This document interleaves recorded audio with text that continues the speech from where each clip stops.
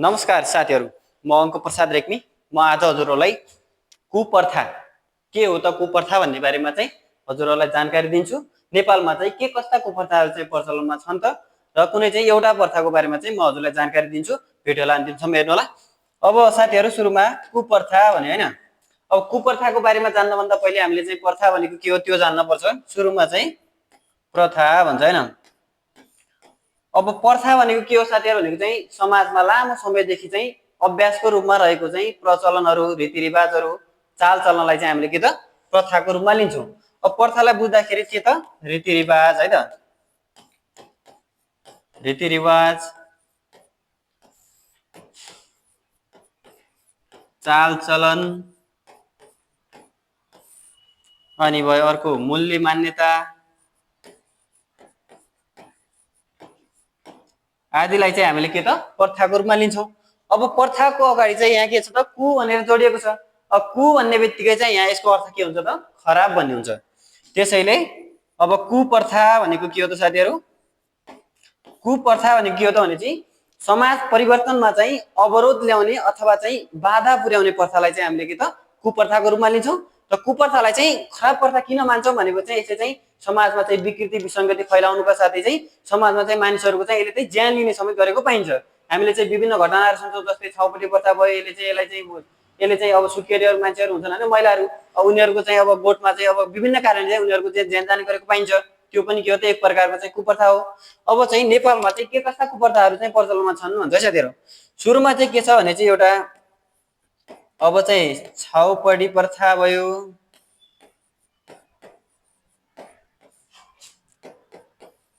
अर्को दास प्रथा भयो। अनि अर्को सती प्रथा भयो। अर्को छ हलिया प्रथा।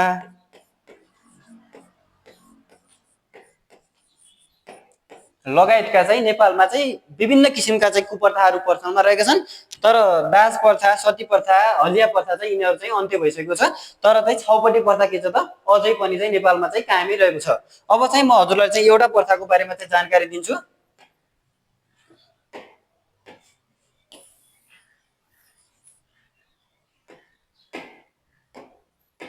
हेर त छाउपडी प्रथा भन्छ है साथीहरु। छाउपडी प्रथा अब के हो त छाउपडी प्रथा भनेको चाहिँ रजस्वला भएको चाहिँ महिलालाई छुट्टै गोठमा लगेर चाहिँ राख्ने प्रथा के हो त छाउपडी प्रथा हो। अब चाहिँ यसलाई चाहिँ कस्तो छ भनेपछि यो नेपालको चाहिँ कहाँ प्रचलित छ त? यो चाहिँ के हो भने सुरुमा चाहिँ रजस्वला चाहिँ भएको महिला हैन, रजस्वला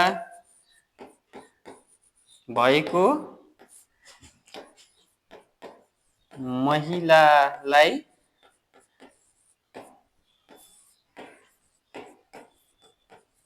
छुट्टै गोठमा लगेर राखिने प्रथा के हो त छाउपडी प्रथा हो। अब चाहिँ यसलाई चाहिँ विभिन्न नामले पनि चिनिन्छ। जस्तै यसलाई चाहिँ छुई, फुई अनि छाउ, फाउ लगायतका चाहिँ नामले पनि चाहिँ यसलाई छाउपडी प्रथालाई चाहिँ चिन्ने गरेको पाइन्छ। अब यसको केन्द्र कहाँ छ त? मुख्य गरी चाहिँ नेपालको चाहिँ अछाम, सुर्खेत र दैलेखको चाहिँ पश्चिम खण्डमा चाहिँ के छ त यो प्रथा चाहिँ अझै पनि कायम रहेकै छ।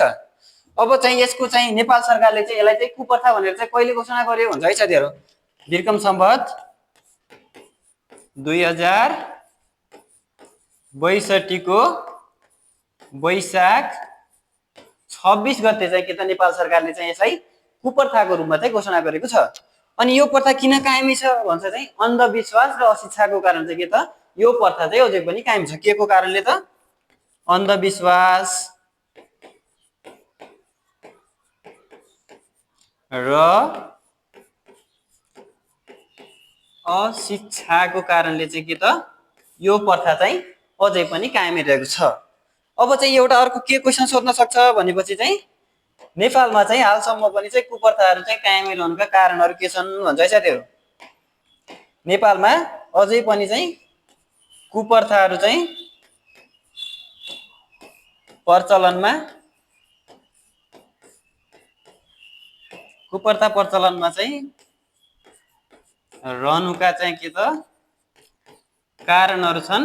म केही हजुरहरूलाई भन्छु है त। सुरुमा के छ भनेको चाहिँ नेपालमा हालसम्म पनि चाहिँ कुप्रथा प्रचलन रहनुका कारणहरू के छन् भने चाहिँ सुरुमा चाहिँ नेपाली समाज कस्तो छ हुँदैन, रूढिवादी परम्परा र अन्धविश्वासमा चाहिँ रुमलिएको चाहिँ के त हाम्रो नेपाली समाज छ। अर्को 2 नम्बरमा के छ भनेको चाहिँ शिक्षा र सचेतनाको चाहिँ अवस्था के छ, कमजोर छ। शिक्षा र सचेतनाको चाहिँ अवस्था चाहिँ के त कमजोर छ। अनि त्यो भन्दा पछाडि के छ, समाजमा चाहिँ के त महिलाको चाहिँ कमजोर अवस्था छ। महिलाको के छ, कमजोर अवस्था भन्छ है साथीहरू। महिलाको